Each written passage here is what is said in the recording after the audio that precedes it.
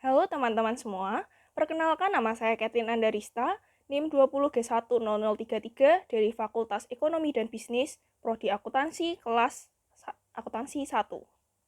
Hari ini, saya akan menjawab pertanyaan yang telah diberikan oleh Pak Greg. Pertanyaan pertama mengenai definisi dari hukuman mati dan alasan dari hukuman mati. Hukuman mati adalah suatu hukuman atau vonis yang dijatuhkan pengadilan sebagai suatu bentuk hukuman berat yang akan dijatuhkan kepada seseorang sebagai akibat dari perbuatannya. Ada beberapa alasan mengapa hukuman mati dilaksanakan. Antara lain, yang pertama dengan adanya hukuman mati, maka akan mengeliminasi dan menghilangkan ancaman kemanusiaan. Karena memang tidak dapat dipungkiri, kriminalitas dan kejahatan selalu ada di mana-mana dan tidak tahu akan datangnya. Oleh karena itu, kita harus terus waspada terhadap lingkungan sekitar kita. Dengan adanya hukuman mati, maka dipercaya akan mengurangi tingkat kejahatan itu dan menciptakan kenyamanan. Yang kedua, hukuman mati membawa efek jera bagi pelaku kejahatan, sehingga mereka tidak akan berani melakukan kejahatan lagi. Yang ketiga, meningkatkan populasi good people dan menurunkan populasi bad people. Sehingga dunia ini tidak akan terjadi kejahatan dan hanya menciptakan kenyamanan bagi semua orang. Dan yang terakhir, hukuman mati dianggap tidak melanggar hak asasi manusia karena proses pemberian hukuman mati dianggap sebagai sebuah bentuk penegakan keadilan yang didapatkan untuk korban kejahatan yang dilakukan oleh pelaku tersebut. Karena atas nama keadilan, maka hukuman mati tidak dianggap sebagai pelanggaran hak asasi manusia. Pertanyaan kedua, mengenai sejarah hukuman mati.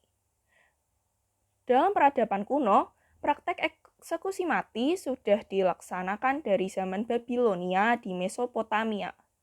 Undang-undang yang saat itu mengatur tentang pemberian hukuman tersebut adalah Undang-Undang Hammurabi, yang ditulis dalam sebuah permukaan batu pada tahun 1754 sebelum Masehi. Menurut arkeolog Inggris yang bernama Leonard William King, yang dituliskan pada bukunya yaitu The Code of Hammurabi, dijelaskan bahwa aturan yang berada di dalam undang-undang tersebut dibilang merugikan banyak pihak.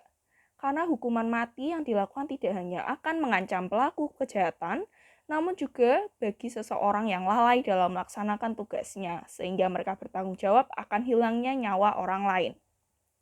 Beberapa aturan yang tidak masuk akal tertulis dalam Undang-Undang Hammurabi ini. Misalnya, jika suatu rumah roboh dan menewaskan pemilik rumah tersebut, maka pembangun rumah tersebut akan dihukum mati juga. Lalu, jika rumah itu roboh dan menewaskan anak dari pemilik rumah, maka anak pembangun rumah tersebut juga akan dieksekusi atau diberi hukuman mati. Contoh-contoh tersebut berdasarkan kitab Hammurabi nomor 229 dan 230. Pertanyaan ketiga, mengenai setuju atau tidakkah mahasiswa tentang pelaksanaan hukuman mati. Saya sebagai mahasiswa tidak setuju dengan adanya pelaksanaan hukuman mati. Karena adanya hukuman mati bisa jadi karena hal tersebut disebabkan oleh faktor internal. Hal ini dapat diartikan bahwa mengapa seseorang menjadi jahat bukan berarti karena pengaruh orang jahat, tapi bisa jadi itu sudah menjadi bawaan dari dirinya sendiri. Seperti psikopat atau memiliki kebencian yang begitu mendalam terhadap seseorang. Hukuman mati tidak terbukti menimbulkan efek jera. Hal ini dibuktikan bahwa sudah bertahun-tahun Indonesia menjalankan dan memberlakukan hukuman mati. Namun sampai sekarang pun kejahatan masih tetap ada. Narkoba, korupsi masih tetap ada. Karena di mana ada kemanusiaan, maka disitulah pasti ada kejahatan. Lalu, untuk selalu ada good people dan menurunkan bad people, itu bisa dipahami bahwa untuk mengubah seseorang tidak hanya bisa dilakukan dengan hukuman mati itu tidak menyelesaikan masalah. Karena justru jika seseorang melakukan kesalahan dan kejahatan, maka sebaiknya mereka diperbaiki bukan dihukum. Bisa menimbulkan kemungkinan salah vonis. Tidak memberi solusi pada akar kejahatan, kekerasan akan melahirkan kekerasan baru, dan yang terakhir adalah kebijakan anti kehidupan. Salah vonis yang merugikan pihak yang diberatkan seperti kasus George Stanley yang dihukum mati dengan kursi listrik karena dianggap bertanggung jawab akan kematian Betty Juni Binnicker dan Mary Emma Thames. Serta semua memberatkan Stine hanya karena hukum di AS yang berpihak pada mereka yang berkulit putih. Sementara bagi mereka yang berkulit hitam, perlakuan rasis sering mereka rasakan. Padahal Stine tidak sama sekali tidak bertanggung jawab akan kematian kedua orang tersebut dan harus meninggal di usianya yang masih sangat muda. Ada kasus juga pada tahun 1961 di mana narapidana dibebaskan setelah terbukti bahwa mereka tidak bersalah. Walaupun manusia tidak ada yang sempurna, namun bukankah tidak adil jika narapidana tersebut harus menghabiskan waktu mereka yang berharga dalam penjara dan terbuang sia-sia? Padahal seharusnya mereka bisa hidup dengan layak, mengejar karir, dan hidup bahagia bersama keluarga-keluarga mereka.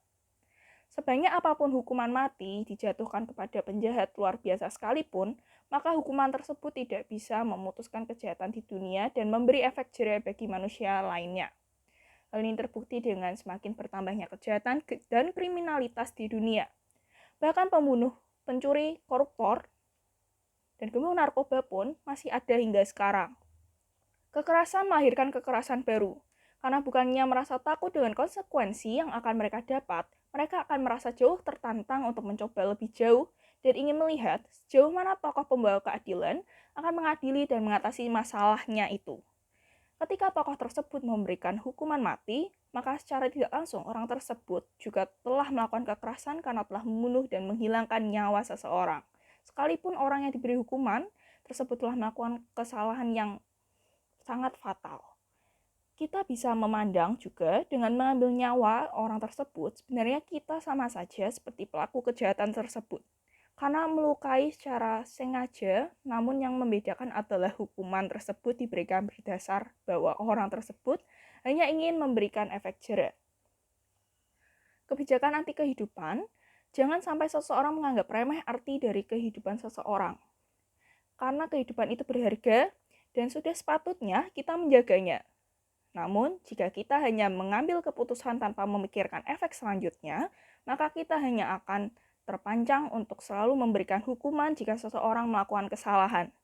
Padahal, yang seharusnya dilakukan jika seseorang melakukan kesalahan adalah memperbaikinya dan menuntun orang tersebut ke jalan yang benar.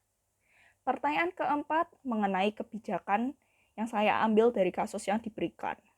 Menurut saya, keputusan PPKM yang dijalankan sudah bagus karena kita akan mengurangi kematian yang akan terjadi akibat COVID-19 ini.